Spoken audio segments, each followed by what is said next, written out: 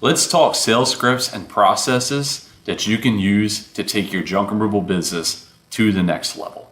One of the biggest things that's holding you back as a junk removal business owner is typically going to be revolving around some sort of sales, whether it's your process and the way that you interact with customers, your customer service. You need to make sure that you have these things lined up properly, because even a small increment of difference in your booking rate can tremendously impact the growth and the amount of business that you're bringing in.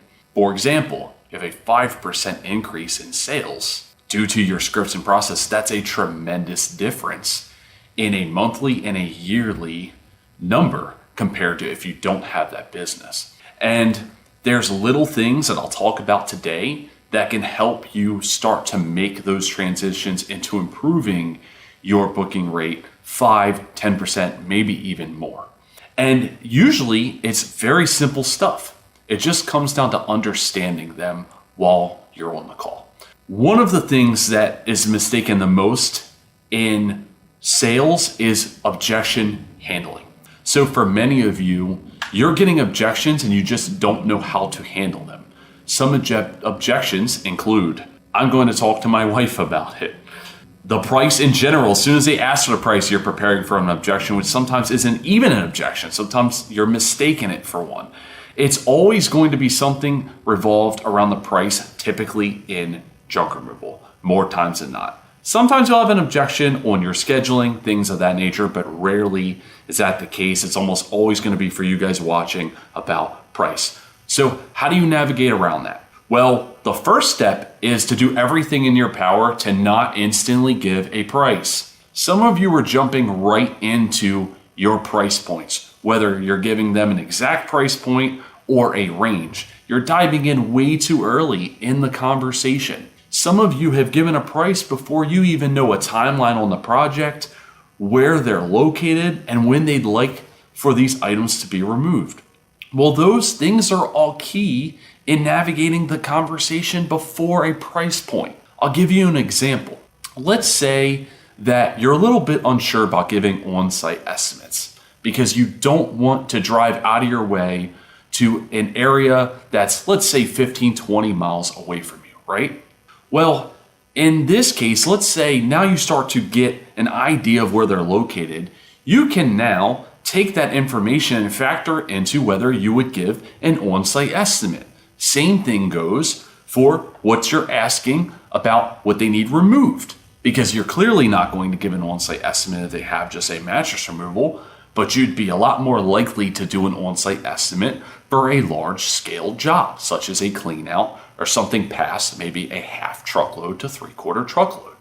So you want that information first. The other reason why you want that information first is because by asking these questions and going into them, you're building rapport with the customer. You're building a comfort level with them, they're speaking to you, and you're having a genuine conversation.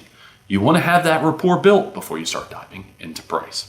So that's the first step. We want to jump on the call and we want to find out where they're located, what they need removed, and what the timeline is for the project. When would you like to have these things removed? And if you get an objection such as, well, I just want to know the price, then what you need to do is you need to circle back and control that conversation and give them a reasoning behind why you need to get that information first before you start talking about price. And if you get pushback on simple things such as, hey, I just need to know where you're located, when you'd like to have this done by before I give you a price, you already have eliminated them as a potential customer for you, because if they're giving you pushback and an attitude about that, you don't want to deal with them anyway, most likely, and they're just going to go with the cheapest person. But don't assume that's the case. That's another issue that I'm seeing a lot when I'm reviewing sales calls. Some of you are assuming that someone's just a cheap customer because they're asking about price. That's not always the case. Most of the time when somebody's calling about junk removal, they do not know how this works. So it's your job on your end to give them an understanding of how it works, why it's priced the way it is, and what you provide within that price. And by you framing the conversation and getting and building a rapport and getting those things done, you just need to let the customer know that you're doing those things for their benefit And some of them aren't cheap customers. Some of them just genuinely don't know how this works. So you need to lead that process by going into those things first before diving into the price. So if somebody does ask immediately, what's the price? You'll go back and say, well, our price is based on the amount of space that you take up in the truck. Let me ask you a few questions first so I can get an idea what you have and where you're located. And then we'll start talking about that and getting into the price points. All right, so you're just taking that conversation, you're reeling it back. That way you're following your processes and you have all the information that you need. But please don't assume just because somebody asks price that they're automatically going to be a cheap customer, because that is not always the case. Sometimes it may be, but not always. So go into your process, build that out, and then dive into those things. And when it comes to handling that objection, that main objection that you're almost always going to get, that is when you start to figure out your framework for your business on how you want to operate it. So do we want to do on-site estimates for all customers on a certain size job? Do we want to give a range on jobs and give them an idea of this will be between 215 and 275? Do we want to get a photo from them so we can get an idea of what kind of job it is, and then either get them on the schedule or give them a range or do an on-site estimate? I personally want to get as much commitment as possible from them. So I want to, at a minimum, get them on the schedule while I have them on the phone, no matter which one you're doing, whether it's on-site, a range, or photos. Take that for what it's worth. The companies that are usually high 6 figures, 7 figures are typically doing something very similar to that. Their success does leave clues. So try and take and emulate those frameworks if you're not currently in that region with your business and you're trying to get there.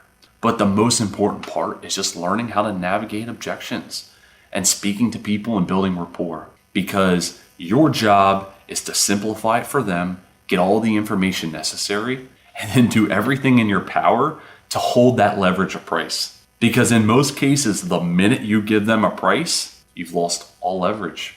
Because if they're going to call a competitor, 9 times out of 10, that competitor is going to beat whatever price you gave them, and you'll never get that call back. So it's your job to do everything that you can to stay away from giving a direct price unless we've got them on the schedule and we feel comfortable in giving that price and we can lock them in. But you're at risk the minute you give the price. So understand that, know how to navigate that by using these questions to your advantage and setting yourself up in a way that you can navigate around it, get them on the schedule, and complete the job. And I promise you, if you're able to do that, and I have a few other videos that talk about different ways to navigate this, but I promise you that if you're able to do that, you will start to build the process that you need to continuously grow and build your junk removal business. I appreciate you guys for watching the channel as always. If you have any questions, drop them in the comments. I'd be happy to help. And I'm actually going to go through a process where I build out a doc for you guys with a little bit of a scripture there to help when it comes to this.